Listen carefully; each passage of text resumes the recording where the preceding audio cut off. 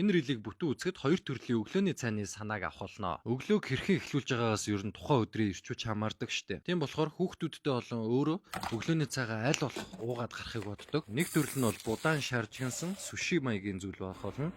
За тэрийг эхлээд хийцгээе. Авокадо орно. Өглөөний цайны талаар айгүй сонирхолтой судалгаа байд юм байна. Австралид хийгдсэн 28 мянган хүүхдээр хийгдсэн судалгаан дээр өглөөний цагаа огт уудгүй хүүхдүүдийн 78% нь математикийн шалгалтанд, 64% нь унших бичгийн шалгалтанд муу үр дүн авах магадaltaй гэсэн судалгааны үр дүн гарсан байт юм байна. Ингээд сакура будаа ашиглан хийсэн хоёр төрлийн өглөөний цай маань бэлэн боллоо. Хажуугаар нь гоё ногоогоор баяжуулаарай. Манай хүүхдүүд бол маш амтархан ийдсэн. Тийм болохоор гоё юм хийж өгөх гэсэн урамтай байдаг.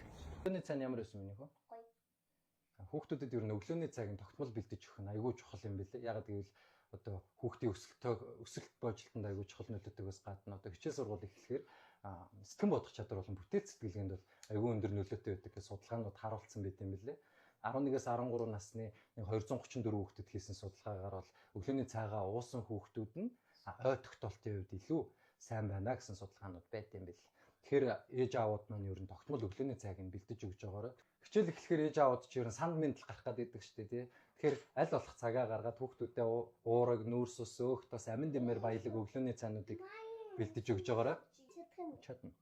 Өнөөдрийн хувьд бол сакура цагаан будаа маань нүрс усны хэрэглээг бүрэн хангаад өгчөж байгаа. Нэмэлтээр уураг болон амин дэмийг нөхөхийн тулд өндөг, авокадо зэргээр баяжуулсан